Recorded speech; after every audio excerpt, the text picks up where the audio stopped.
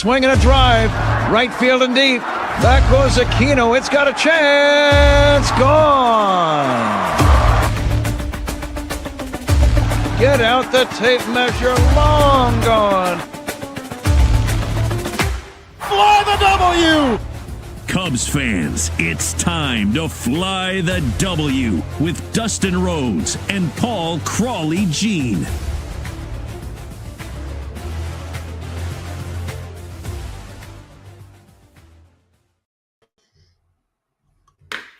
This is the Fly the W podcast, part of the Blue Wire Network. It's season number 4. It's episode 47. Crawly, the Cubs sweep the Halos. Don't forget to listen, download, subscribe. Most importantly, review the podcast. Follow on all our socials. I'm at Mully and Haw on X. And you can follow me at Crawly's Cubs on X, Blue Sky, and TikTok. Crawly's Clubhouse on Facebook, Instagram, YouTube, and Threads. You can email us at crawlysclubhouse@gmail.com. And Dustin, my crystal ball, I looked in it very carefully. I said sweep, and you're welcome. You said sweep. I said 2 out of 3. You were braver than me, Crawly, and congratulations for that. We didn't know when we were recording this the other day exactly how the pitching situation was going to go for either team, and pleasantly surprised, obviously, that the Cubs swept.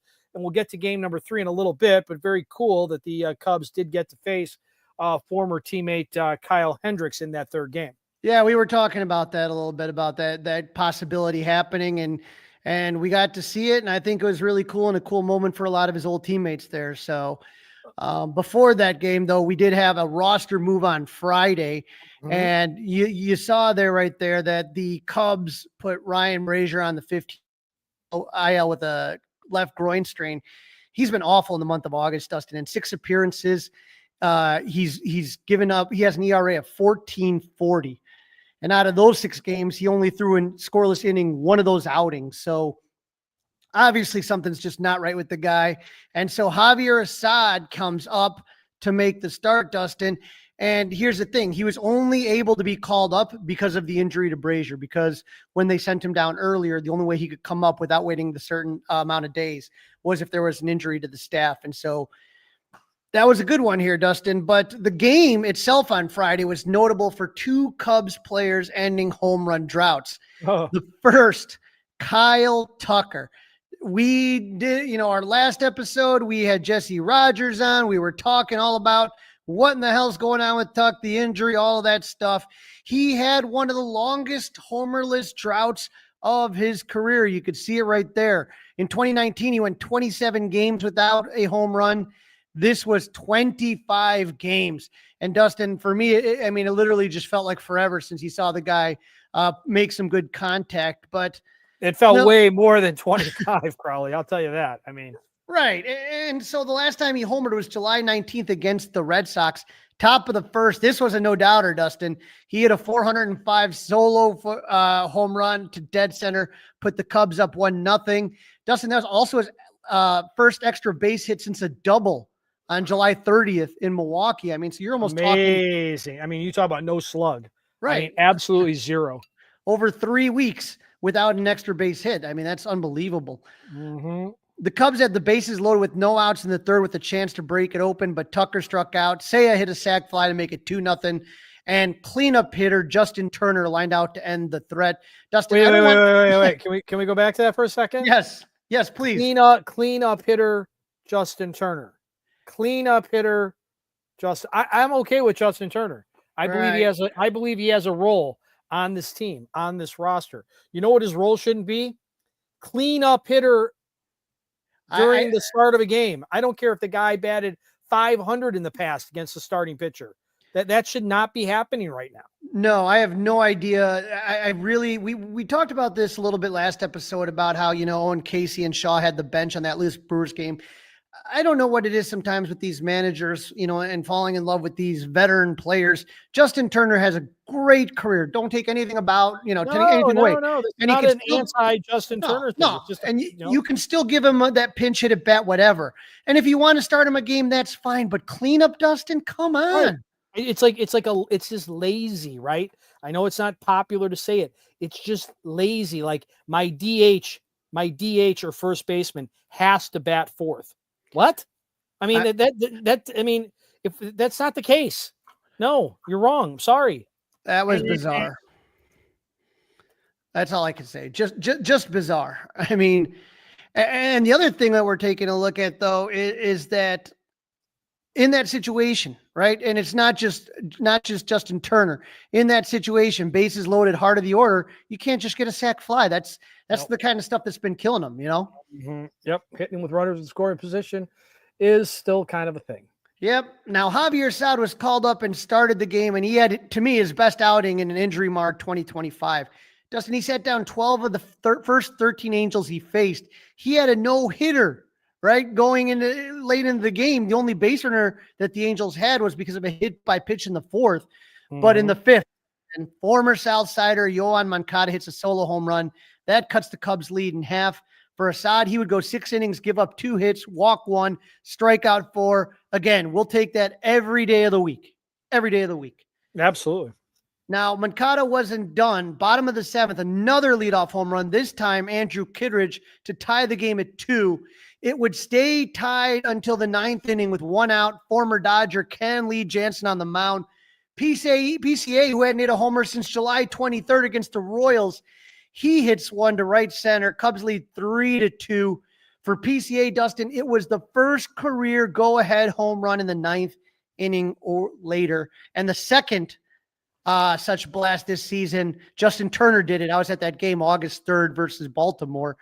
But all I'm going to say is that I watch Craig Counsell a lot, you know, probably more than I really should like to. I mean, he doesn't have much of a right. You're looking at body language, right? You're looking at who he's talking to, if he's covering his lips when the marquee TV cameras catch him, what's going on, right? Right. But when you saw that PCA home run, he actually showed emotion, like real emotion. I think he needed it just as bad as the players did. He may not show it, but I think that came as such a relief. Great observation. Great observation. You saw him jumping up, pumping the fist, all excited. Daniel Palencia came in and shuts down the heart of the Angels order, striking out Mike Trout and Yoan Moncada. For the Cubs, Dustin, it was their 19th victory in 1-run games. They're 19-13 this season. And if you remember all the times we talked about it last season, the Cubs lost 28 1-run games. I mean, it's just such a difference this year. It's a big difference, right? Big difference. And luckily it's been one of those games where you just sit there and you say to yourself, man, we need this. And so that takes us to game 2. And we didn't know who was going to start. Now, you said that Tommy Hotovy said Cade Horton was good to go last game that he was in. He had a blister. He came out. Expected to make the Saturday start. Yes, that's what he told us. And sure enough, he does make it. And so it was going to be Cade Horton versus Victor Medeiros. And in the month of August 9th, of the 21 games the Cubs had played, 9 of the 21 that they've played in August, Dustin, have been decided by 1 run. Almost half. Think about that. That would not be a problem, though. Saturday night, the Cubs pounded the Angels 12-1, hitting double-digit runs for the first time since beating the Brewers 10-3 on July 30th. Dustin, I love the 1-run wins, but every now and then a nice blowout win, you could just relax and enjoy the game. Yeah, absolutely right. I mean, just sit back, relax. I even felt comfortable kind of dozing off, if I'm being honest. It was those late night games. After snapping his 25-game homerless streak the day before, Kyle Tucker hit his 20 home run of the season in the 3rd. Michael Busch along for the ride. Chris Kompka had a really interesting stat on this one right here. How about this? With that home run, Kyle Tucker and PCA become the first 2020 hitters in Cubs history. It's pretty amazing, right? I mean, as much grief as we're giving both these guys for kind of falling off the face of the earth since the All-Star break, still pretty impressive. It's just they started so damn hot. Yeah, PCA 28 home runs, Kyle Tucker 20. Stolen bases, PCA's got 30. Kyle Tucker's 25 with that hand injury. I don't know if he's going to be sliding into too many more bases. Well, I would hope not. I mean, that's one of the things that I've been chirping about during the Mully and Haw show, David Haw and I arguing about the fact that I just don't see the reason why to put Kyle Tucker in motion as much as they do. But if he does maybe he goes on a little hot streak, How about maybe he gets 30 home runs and what if we get 30-30? Well, I honestly, Crawly, I don't, unless it's like the game on the line or some situation, I don't want him. The one that drove me the most nuts was back, they were up 5 runs and he stole home somehow and slid into home. It was very awkward. He got up awkwardly, looked not comfortable in the dugout afterwards. They had a 5-run lead when he was stealing home with that banged up hand. Doesn't make any sense to me. I don't understand it. Right. And the Cubs weren't done scoring, though. Angels pitcher Victor Medeiros lost his control in the 4th, loads the bases on 2 walks and a hit by pitch. With 2 outs, Reese McGuire picked a great time to hit his first career grand slam to put the Cubs up 6-0. Well, that's when I felt comfortable for the record, Crawly. That's when I kind of, started, all right, it's okay. You can go to sleep now. There you go. Cubs added 4 more in the 6th. Michael Busch hit an RBI single. Kyle Tucker hit a 3-run blast. That was his first multi-home run game as a Cub to put the Cubs up 10-0. The Cubs would score 2 more runs in the 7th on a double by Dansby Swanson and a sac fly for Reese McGuire, who tied his career high with 5 RBIs. Dustin, that game marked the first time since May 14th, 2000 that the Cubs had multiple 5+ RBI performances in the same game. Another crazy stat that I did see. You saw this one, so you know who the 2 guys were. Mm-hmm. Yep, I do. Sammy Sosa and Henry Rodriguez. H-Rod. The old Henry Bar. The old Henry Bar guy. Very excited. He was very popular when they signed him. I thought he was going to be just a great addition to that team. And how about Reese McGuire, right? I mean, the guy's had a really productive year. I mean, the Cubs have been blessed with kind of a log jam at the catcher's position. Yeah, and it's absolutely, I mean, Carson Kelly's been better than advertised, Reese McGuire better than advertised, and then they've played the season pretty much without Miguel Amaya. Right, and you can't put Reese has no more options. So if you put him out there, he's going to get grabbed in a second. Dustin, they say chicks dig the long ball, but with all the offensive fireworks going on, it was Cade Horton that was the most impressive. I mean, last time we saw him, he's coming out of the game, blister on the finger. We're all nervous, but he erased any doubts with the way he pitched on Saturday. How good was he? He pitched 6 shutout innings, gave up only 3 hits, did not give up an extra base hit, struck out 7 Angels, including Mike Trout, 3 times. How happy is Mike Trout to see the Cubs gone? Yeah, who is this Mike Trout guy? I mean, boy, did he have a rotten time against them. Woo. And in the first 3 innings of the game, this blew my mind. He only threw 1 ball. I think he had 23 straight strikes. I mean, he was just filling the zone. Yeah, attacking it. He got a lead, and he attacked it. Right, and he has a .49 ERA in 7 starts since the All-Star break. Ben Brown would pitch the final 3 innings, giving up 2 hits, one of them a solo home run. Cubs win 12-1. For, again, we said Reese McGuire, he had his first grand slam. And for Ben Brown, because he pitched 3 innings, even though it was a blowout, that counts as a save. So that was the first career save for Kyle Hendricks. I saw this today. For Ben Brown. Ben Brown. I saw this today. Cade Horton, now your betting favorite for National League Rookie of the Year. Yep. We'll get to that in segment 2. Pretty wild stuff. Yeah, he's great. But I think the one thing we were super excited about was to see Jameson, Tyone, and Kyle Hendricks. JMO's back. And how great was it? I think Marquis did a great job really kind of interviewing Kyle, and it was just the way that he spoke. I know that Kyle Hendricks had a 1 goal, and that was to get to 100 victories. He has that. I don't know if he has it in him to go another year next year. I'm really hoping that he shows up at the Chicago Sports Spectacular for the 10-year anniversary. I know Rizzo and Hayward are going to be there in Rosemont in November. I hope that Kyle Hendricks will also be there. But I thought, just the way that he talked about the way he talked about the Cubs organization and his time there was really cool.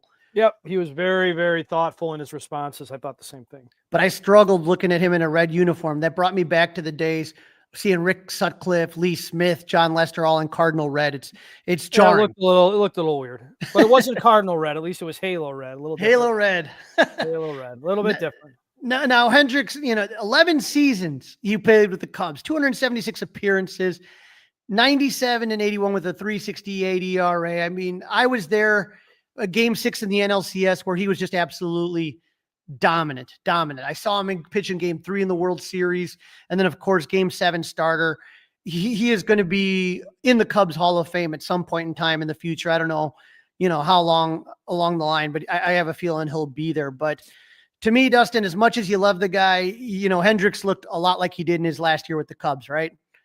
Top of the third, he does good for the first couple innings. Then the top of the third, Matt Shaw doubles, scores on a Kyle Tucker RBI single. He stays hot. Top of the fourth, Ian Happ walks, scores an RBI double by Nico Horner. The Cubs were able to knock Hendricks out in the 5th, loading the bases with 1 out. Another former Cub, Andrew Chafin, the sheriff, comes out of the pen. How about that? Kyle Hendricks to Andrew Chafin. It's like, what is going on? I loved it. He gave up a sac fly to PCA and a single to Carson Kelly. Here's that catcher thing again. Cubs take a 4-1 lead for Kyle. He went 4 1/3 innings, gave up 4 runs on 5 hits. That's what we were used to when he was playing, right? Mm-hmm.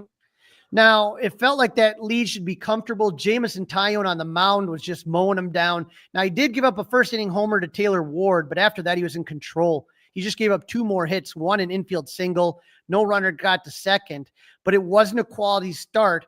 Tyone was pulled in the 5th inning, Dustin, and everyone was kind of questioning what the heck. We knew it was really hot out there. Counsel would say after the game, little groin tightness. Hopefully it's nothing big. First out of the pen was Andrew Kittredge. He was picked up at the deadline. You remember that. He gave up a home run on Friday. Well, he had his innings on Sunday as well. He gave up a single to Zach Nato, who stole second, struck out Mike Trout because who didn't? And then Kittredge got Joe Adele to ground out. But with 2 outs and a runner on third, Dansby Swanson committed an error on a ground ball off the bat of Luis Renigivo and run scored. It was now you're talking about a 1-run ball game. And so now you got the nerves going in there, but Caleb Thielbar and Brad Keller shut it down in the 7th and 8th. Daniel Palencia gets the ball in the 9th. He gives up a leadoff single, strikes out Travis d'Arnaud, walks Yohan Moncada, winning run at first base, but Palencia strikes out the next 2 batters to get the save. Cubs win 4-3. They get the sweep. Dustin, how long did it take for your heart rate to get down after that? That was a little nerve-wracking. That was a little nerve-wracking with Palencia. And next time you talk to Tommy Hotovy, ask him. I'd be curious to hear Tommy's, answer of the fact that, when he gets runners on base, does Palencia sometimes tend to overthrow? He's a young guy. I know he has a little heat. But I mean, I wonder if that's what Tommy Hotovy, when he goes out there, just says, take a couple breaths, slow yourself down, because he has the stuff, Dustin. He has the heat. No doubt. He has good movement on his pitchers. But when I see him, when it seems to be like a tight situation, he tightens up a little bit. And I just think he's trying so hard. He wants to do so well. But when he starts overthrowing, that's when he gets in trouble. And I think Tommy does a good job of, and the catchers too, of going out and talking to him. But it's just one of those things when you have a young, inexperienced closer. Now just for the record, Palencia closed plenty in the minor leagues. But even then, I mean, to me, it is just, it's going to take some time for him to keep that heart rate down. You know what I mean? Absolutely. I mean, listen, I think he's kind of grabbed the job. I remember in spring training, they were looking for somebody on that staff to grab a hold of that job. There was no like, this guy's going to be the closer coming out of spring training. So he has done that, but he's walking a tightrope. There's no doubt about that. All I can tell you though, Dustin, is the story coming into the series was Kyle Tucker, and the story coming out of the series was again Kyle Tucker. He went to Anaheim, went 5 for 12 with 3 home runs. I mean, I know he has a good record in that ballpark. Good record in that ballpark as far as hitting is concerned. But how all of a sudden does he come from not being able to hit a ball in the outfield to absolutely dominating with 3 home runs? I mean, what do you think it was for him? No idea. I mean, a combination of a lot of things. He got the break. He got away from the Boo Birds. He likes hitting in that ballpark. He's had more, the 3rd most at bats he's ever had are in that ballpark. Houston, Chicago, and Anaheim. He was comfortable. At night, the ball jumps a little bit in Anaheim. So I think it's a combination of all those things. I wonder if that's going to be on his list when would you pinpoint it? I mean, is there something you would pinpoint or? we talked to Jesse last episode, and he mentioned that it's healing. Maybe it's healed. The only thing that irritates me more than anything, Dustin, is that last game against Milwaukee that we talked about, because I feel like the change of scenery, being able to take a breath, right? Not worried about the fans grumbling every time you ground out, booing. I don't know if it affected him that bad, but I think he was pressing a little bit. Mm-hmm. And I think that it would have been just smarter to keep him out that last game, get him one more day of rest. I think that would have been the best mistake. I think that was on Craig Counsell. I think he should have just said, look, you crushed the ball in Anaheim. We're going to get you back in that lineup. Let's just kind of clear your head, enjoy, relax, etc. But I'm still irritated that it took, this long for, when you could have easily just had an IL stint, maybe had it heal after 2 weeks, let Casey and Willie Castro, take some at bats. To me, it was just ridiculous. And I'm frustrated that it happened. I don't know if we'll ever get answers. I'm going to ask questions at CubsCon. I'm already got a few, but to me, that was frustrating, but I'm hoping that this is it. I hope Kyle Tucker, I don't know if you remember after the All-Star break, I felt that Kyle Tucker was going to take off. I thought that he was going to have a dominant stretch in the second half, and it's been anything but that. So maybe now that we know that he was injured with the hairline fracture, now if it's healed and he's feeling comfortable, it's not too late. I mean, I don't know if he's going to go and have that the second half I thought he would. But again, if you can get 30 home runs, 35 home runs, if he can, go on a streak where he starts popping off another 10 to 12 home runs and starts causing damage, because the other guy we got to talk about, Seiya Suzuki, is ice cold. Oh boy, I bet he's on that cold list, Crawly. I bet he's coming up on that cold list. I'm just saying, if Kyle Tucker starts warming up, maybe that gives Seiya more opportunities. That's my only hope right now. This is the Fly the W podcast, part of the Blue Wire Network. It's episode 47 of season number 4. The Cubs sweep the Halos. Don't forget to listen, download, review, subscribe to our Fly the W podcast. Leave us a 5-star review. You can email us at crawlysclubhouse@gmail.com. Don't forget you can watch us, as some of you are right now, live, Crawly's Clubhouse YouTube page. All right, Crawly, after a Sunday sweep and the Brewers dropping 2 or 3 to the Giants, how did the standings look? Well, all of a sudden, Dustin, it all of a sudden looks a lot tighter, doesn't it? Mm-hmm. Back to 5. 5. Should be 3, but it's back to 5. How about this, Dustin? Entering play Tuesday, the Cubs were 9 games back of the NL Central. Mm-hmm. And now here we are on Monday, and you're talking about 5. Again, going back to the irritation of that game that Counsell put in the getaway day lineup. But with the sweep of the Angels, the Cubs are a season high 21 games over 500. Now, the wild card, when we look at the wild card, they're 8-2 in their last 10. That's the best in baseball right now. They are 8-2 in their last 10. And if you look at the Brewers are 4-6. I felt a little bit bad. I want the Cubs to obviously pass the Brewers, but they had such an amazing ceremony for Bob Uecker. Anyone who loves baseball, you cannot not love Bob Uecker. I may not like Brewers fans or the Brewers organization, but Bob Uecker really was a special guy. And I think that's something that's really, they had a great ceremony, and then the Brewers choked the game. So again, eventually it all evens out, Dustin. You're not going to get all the breaks all the time.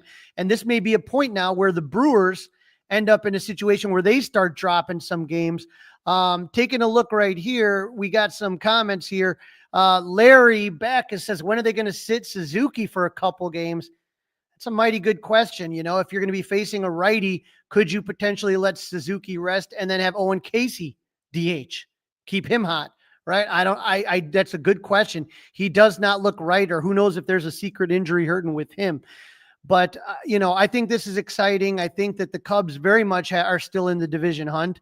And then when you take a look at the wild card, they're up 6.5 games right there. Yep. The Dodgers and Padres. I mean, that was an incredible series if you had a chance to watch any of that. What a race that's going to be between those two. And the Mets are struggling a little bit, and then the Reds are struggling a little bit. So you got these teams right here. The Padres, the Mets, the Reds, the Diamondbacks, all 5-5. The Cardinals, they're starting to fade. And then the Cubs' next opponent, the Giants, are 4-6. Is there anything better to say than that? The Cardinals are beginning to fade. Beginning to fade, but what we need is for the Diamondbacks to get fired up because they're going to be taking on the Brewers next. 4-game set, right? 4-game set. Yes, sir. My favorite, right? Mm-hmm. And so when we take a look at this, Dustin, we did have the roster moves. I know we talked about Assad coming in for Ryan Brazier. Assad pitched amazing, and then he gets sent back down. So left-hander Jordan Wicks, your guy, Dustin, your guy, Jordan Wicks. Maybe they don't hate Jordan Wicks. Maybe they don't. He is back with the team. Now, the thing we have to kind of start worrying about a little bit here is we talked a little bit about Tyone coming out in the 5th, and they said left groin tightness day to day. He felt a groin cramp as he warmed up in the 5th inning. He's going to be evaluated throughout the week. Pat and Ron were talking about the heat in Anaheim on Sunday. Sunday was really hot. Yeah. So hopefully that was it. Just some bananas and Gatorade. I don't know what, but I wonder, is he going to be able to make his next start, or do you give Jordan Wicks or Ben Brown the start? Yeah. To be determined, right? To be determined. Miguel Amaya has his left ankle sprain. He is on a treadmill. He's weeks away from a return, which is expected in September. Well, I didn't think we'd see him again this year, so it'd be pretty neat that he gets back at all. How about Michael Soroka? Do you wonder what happened to that guy? Woo! He has that right shoulder strain. He's August 5th, 15-day IL. He's expected mid-September. He played catch on August 14th. He's going to throw off a mound in San Francisco on August 26th. It always makes you feel good when they're throwing off the mound, right? Yep, that's a good indication. That's a good step. I don't know. I mean, I really don't know if he's going to be making it back. We do Is he throwing a football in the outfield, Carl?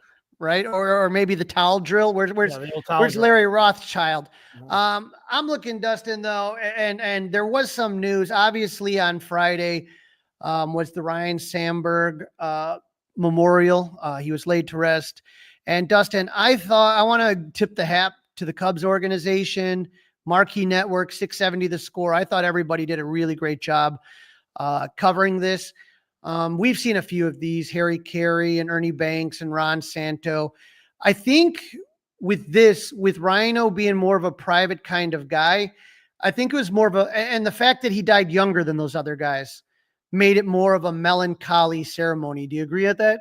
I do wholeheartedly. Very melancholy. It was put on well. Hopefully they raised a lot of money for the charity. I think it was a food bank that they were looking into. So I hope Cub fans were able to, donate whatever they could to that good cause. I do think that Bob Costas did a great job in his eulogy. It's amazing to me the way that those guys are just interlocked. So connected, right? So connected. The Sandberg game, the NBC game of the week, and that call.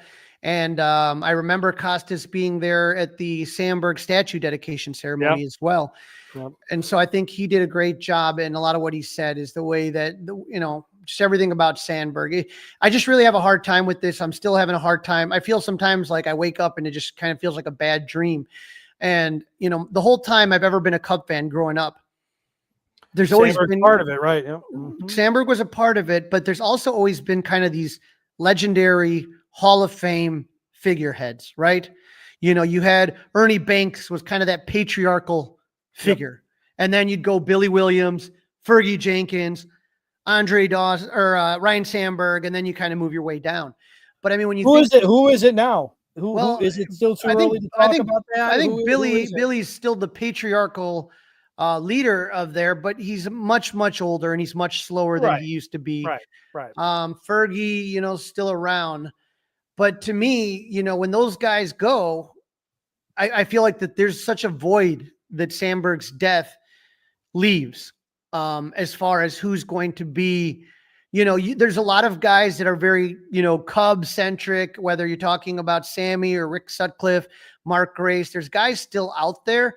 But to me, like when you talk about legendary Hall of Famers, to me, Sandberg would have been that guy that would have been like any Cubs con. It was always Ernie Banks that was the last guy called. Right. And then later on, it would be Billy. Like those were the guys, that there was kind of like a hierarchy, a pecking order.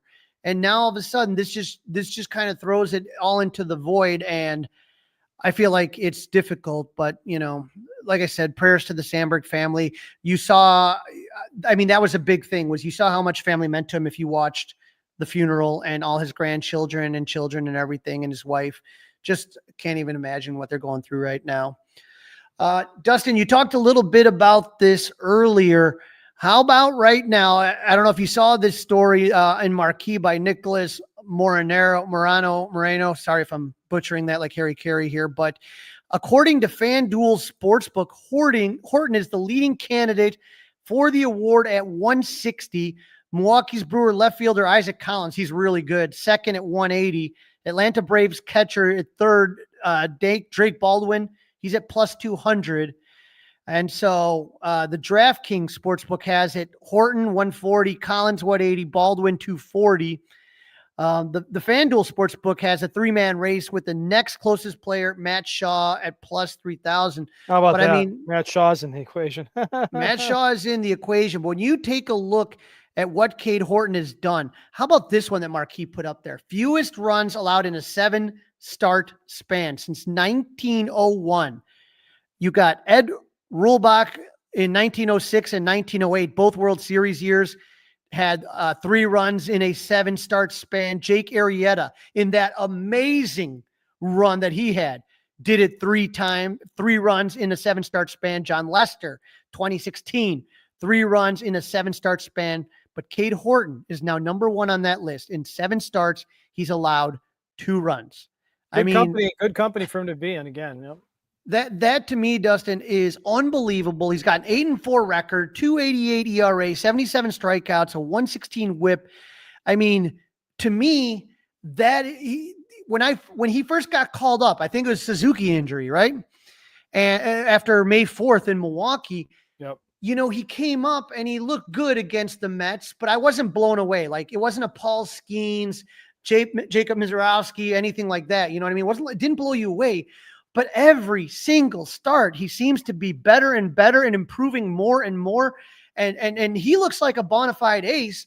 And Dustin, you got to ask yourself, if the playoffs started tomorrow. Great question here, Crawly. Great question. If the playoffs start tomorrow, who's your number 1? Who's your number 2? Who's your number 3? Right. You'd have to first thing, who are they playing? Right. How important is it to break up the lefties? Is that a thing, or is that too old school? I got to tell you, right, it would be Shota still for me. It would be Shota. I mean, I am a prisoner of the moment.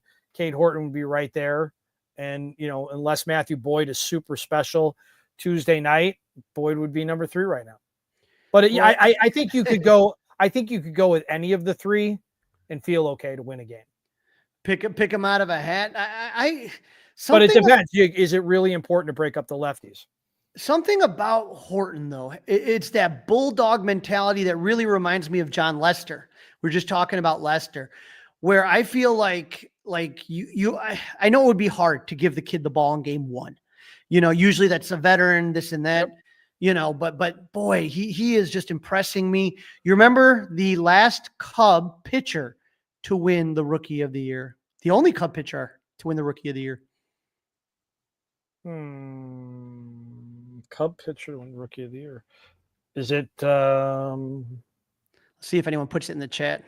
I don't think it's the calf. I don't think it's a recent ilk, right? I don't think it's the Dodgers pitching coach now. He was not the Rookie of the Year. Mark Pryor was not the Rookie of the Year. He was not the Rookie of the Year.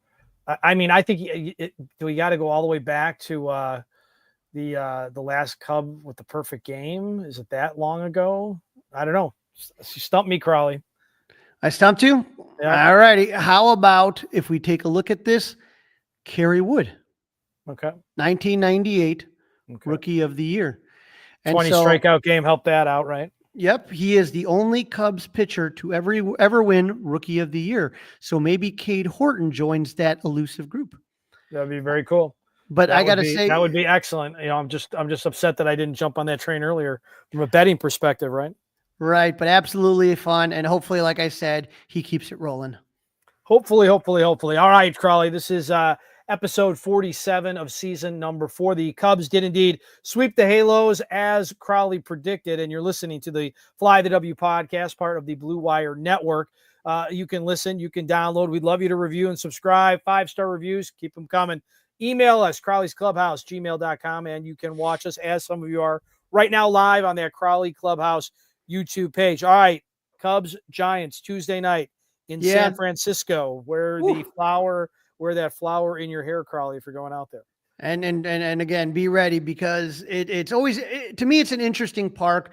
I will never forget that park just because of 2016, the NLDS, and some of those moments there. But the Giants have had a disappointing season so far. They are currently 63-68, 11 games behind the Dodgers and Padres in the NL West, and 6.5 games back of the final wild card spot.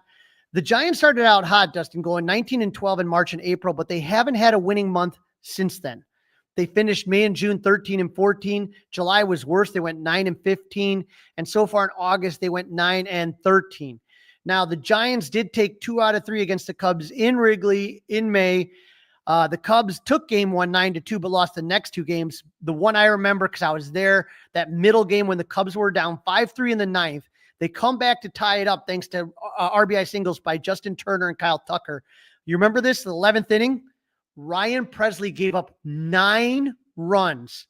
The Giants scored 2 more for 11-run inning, the highest scoring 11th inning since 1900. It was just to be in there was just miserable. Sitting there watching, it was like batting practice. That would be really kind of the end of Ryan Presley as a starter for this team. He did close a couple more games, but not really. And the Cubs would drop the finale 3-1. One big difference, though, Dustin, in the Giants lineup since the Cubs last saw him, Rafael Devers, who the Giants acquired in a trade with the Red Sox. Remember, he was unhappy that they got Alec Bregman, and then they wanted him to move to DH and all this thing. Then he got mad, and they finally traded him.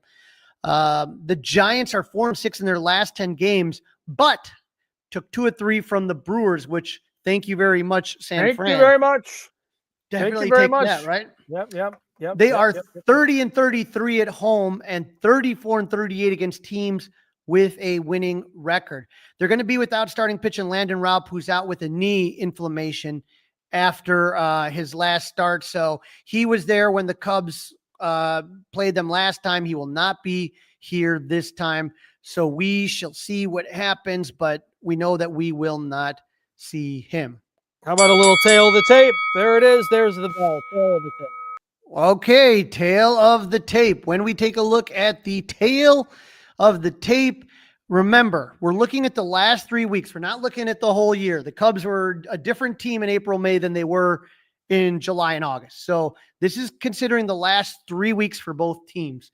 Batting average, you got 2 teams that aren't hitting. The Angels are 27th, hitting .219. The Cubs, 29th, batting .215. So that average still not there. Neither is the slug, but the Angels aren't much better. Angels are slugging 25th. The Giants are 25th. They are 376, while the Cubs are slugging 346, which puts them in 29th in slug. Runners in scoring position, the Giants are 24th at 233, while the Cubs are 27th at 226. But, Dustin, starting pitching is the difference. The Cubs, big difference. Huge. The Cubs in the last 3 weeks have the best starting pitcher ERA in the last 3 weeks, 2.58, while the Giants are 20th at 5.02. As far as bullpen, the Cubs have the better bullpen. They are 7th in reliever whip in the last 3 weeks at 119, while the Giants are 10th at 124. And then in fielding, the Cubs are a much better fielding team. Remember, fielding DRS is compiled over the year, not in the last 3 weeks. So the Cubs are second in all baseball with 69 defensive runs saved, while the Giants are 17th with 11. So when it comes to hitting, they're very similar teams. But when it comes to starting pitching, the Cubs have the edge on that one. Very good. Listen, pitching and defense is what this Cubs team is relying on right now. So that takes us to game 1. We found out earlier today that it'll be Matthew Boyd, Justin Verlander. It's about an 8:40-ish start time. 8:45 Central Time. Cubs All-Star Matt Boyd takes the mound in game 1. Big lefties 12-6 with a 2.61 ERA, 25 starts, 129 strikeouts, and 148 innings pitched. On August 8th against the Cardinals, he gave up 3 runs in 5 innings. Against Toronto on 8/14, he gave up 2 runs in 7 innings. I know you were thrilled about that home run to Vladimir Guerrero Jr. And in his last start against the Brewers, Still trying to figure out why they pitched to him in that spot. Somebody's got to explain it to me. in his last start against the Brewers, he gave up 4 runs in 5 1/3 innings. Dustin, Boyd has only given up more than 3 runs 3 times this season. 2 of them were against the Brewers, so I don't know. They got his number. Boyd has only made 1 start in his career against the Giants. That was 2025, and he picked up the win. Willie Adames has seen Boyd the most. He's 1-12 against Matt. Wilmer Flores 2 for 6, and Rafael Devers 1 for 6. So they don't really hit Boyd well, so that's good. For the Giants, you got future Hall of Famer Justin Verlander taking the mound, but Dustin, he doesn't look like a Hall of Famer right now. No. He is 1-10 with a 4.64 ERA, 99 strikeouts, and 110 2/3 inning. On August 10th, he gave up 5 runs on 11 hits against the Nationals. He bounced back in his next start against the Rays, pitching 7 shutout innings. His last start against the Padres, he gave up 7 runs in 4 1/3 innings. Verlander's 2-0 lifetime against the Cubs with a 2.35 ERA and 4 starts, but this is not the same Justin Verlander. Justin Turner's 1 for 14 against Verlander. Dansby 2 for 7. Nico 3 for 5, though. Verlander throws a 4-seamer, slider, curve, and a changeup. Game 2, Colin Ray taking the ball for our Cubs. Another 845er. Yes, Colin Ray, 10-5, 3.96 ERA in 26 games. 22 of those starts with 93 strikeouts and 127 1/3 innings. Colin's been pitching really well lately. On August 9th, he gave up 1 run in 6 innings against the Cardinals. On August 15th, he gave up 1 run in 5 innings against the Pirates. And his last start against the Brewers, he gave up 2 runs in 5 2/3 innings. Colin is 1-3 lifetime against the Giants in 5 career starts with an 8.31 ERA. It's even worse when you look at Ray's record at Oracle Park. He is 0-2 with a whopping 11.70 ERA. The Giants don't have a lot of at-bats against Ray, but Matt Chapman's 3 for 5. Heliot Ramos, who hit the game-winning hit versus the Milwaukee Brewers on Sunday, and then is 2 for 4, and Patrick Bailey's 3 for 3. So hoping that Colin can turn around his bad luck at Oracle Park there. And for the Giants, Crawly? That will be rookie Carson Weisenhout. And so Carson is pitching. Remember, we said that Landon Raup is out with that knee injury. So we got this rookie here. He's 24-year-old lefty. He's 1-1 with a 4.91 ERA. Lefty. Yep. Made his debut on July 28th. On August 3rd against the Mets, he gave up 1 run in 5 1/3 innings. On August 9th against the Nationals, he gave up 3 runs in 4 innings. And in his last start against Milwaukee, he gave up 2 runs in 4 innings. So hasn't made it past 4 innings the last 2 starts. So this is the first time the Cubs are seeing Weisenhunt, and no one on the team has any at-bats against him. He features mainly 3 pitches: a sinker, a changeup, and a slider. All right, very good. The third game will be on Thursday, Crawly. Yep, Shota Imanaga versus Logan Webb. How about that for a pitching matchup? Shota 8.303 ERA in 19 games started, 90 strikeouts and 110 innings pitched. On August 10th against the Cardinals, he gave up 3 runs in 6 2/3 innings. On August 16th, he gave up 1 run in 7 innings against the Pirates. And in his last start against the Brewers, he was the tough luck loser. He gave up 2 runs on 3 hits over 7 innings. Shota has only faced the Giants once. He gave up 3 runs in 6 innings, and he got a no decision. None of the Giants have more than 3 at-bats against Shota. And for the Giants, Crawly, these are all night games, by the way, all evening games. Great. Logan Webb was an all-star for the Giants this season. He's 12-9 with a 3.13 ERA and 27 starts with 180 strikeouts in 166 2/3 innings. Webb struggled on 8/11 against the Padres, giving up 4 runs in 6 1/3, but he's bounced back in his last 2 starts, 7 shutout innings against the Rays, and he gave up 1 run in 6 innings in his last start against the Brewers. Webb is 2-1 lifetime against the Cubs with a 4.05 ERA and 4 starts. The Cubs struggle against Webb. Ian Happ has the most success. He's 4 for 11. Nico might want the day off. He's 1 for 10. Dansby 3 for 18. But Webb is a big strikeout pitcher, and he doesn't issue many walks. Mixes his sinker, sweeper, and changeup. So This is, Dustin, it's going to be, for me, key that the Cubs take these first two games. Whatever, you always want the sweep. You want to get a little bit selfish there, but you got to take Justin Verlander with a 1-10 record, and you got to take this rookie, and then you don't have to worry that much about Logan Webb. That would just be the cherry on the sundae if you get the job done early. All right, your lips to God's ears, the baseball God's ears. Who's hot, who's not for the Cubs? I know who's definitely got to be on the not list. That's Seiya Suzuki. We talked about that earlier. But who is on the hot list right now, Crawly? Kyle Tucker. Really heating up. He's on a heater. Let's see who's on a heater right there. Michael Busch is on a heater. How about Busch? When you talk about Michael Busch, he is 9 for his last 28 with 6 RBIs, slashing 321, 367, 429. Matt Shaw, 5 for his last 16. He's got a double, a triple, a home run, and an RBI. 3 strikeouts to 3 walks. You love to see that. Slashing 313, 421, 688 slug. And Kyle Tucker, 5 for his last 16 with a double, 3 home runs, 7 RBIs. He's slashing 421, 313, 421, and 938. You were asking about the not list, Dustin. Not good. You got Dansby Swanson, 4 for his last 22, 182, 308, 318. PCA, 4 for his last 25 with 1 home run, 3 RBI, slashing 160, 179, 320. And Seiya Suzuki at the bottom of the list, bottoming out here, 3 for his last 25, 1 RBI. He's slashing 120, 258, 120 in the last week. All right, so what do we got to do? Cub fans, Crawly, give us an update. Who should we be worried about?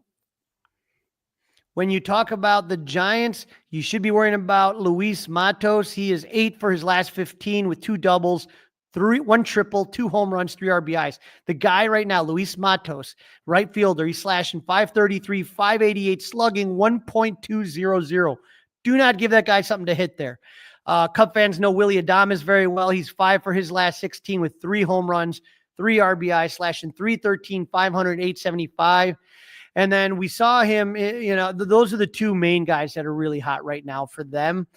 But I wouldn't worry too much about a couple big names here. How about Rafael Devers? 2 for his last 18, 1 home run, 1 RBI, slashing 111, 273, 278. Heliot Ramos had that big hit, but he was 2 for his last 20. Those 2 RBIs he got were huge, slashing 100, 143, 150. And their second baseman, Christian Kess, is 1 for his last 14 with 9 strikeouts to 1 walk, slashing .071, .133, .071. All right, prediction time, Crawly. You'll go first this time since you're the big winner with the sweep prediction last time. Yeah, like I said, I think the Cubs take 2 out of 3. I think they take those first 2, but fall to Logan Webb. But again, taking 2 out of 3 in San Francisco and 3 out of 3 at LA, you'd take that every day of the week. All right, I'm going to go 2 out of 3 as well. I'm a little worried about that middle game facing the lefty. Worried about the lineup a little bit, worried about Colin Ray on the road. But Colin Ray has been that unsung hero. Everybody, and I'm the first one, has been doubting him all year, and all he's done is deliver.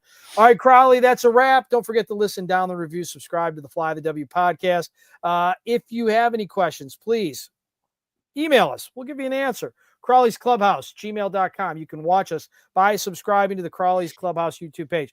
All right, Crawly, lots of late nights. We'll be reviewing the games early on the Mully and Haw show, and we'll get back at it soon. There'll be no rest, though, because Friday the Cubs go to Colorado to take on the Rockies. This is going to be fun when you take a look at the defense. I can't wait to see PCA and Kyle Tucker and those big next 2 outfields that we got. Get the coffee ready. It is going to be rough. Thanks for everybody that listening. Mike Prasnowski, Prasmaster, just great guy. Larry Backus coming in, jumping in. We appreciate everything. Again, get that coffee ready. Let's get another sweep. Go Cubs!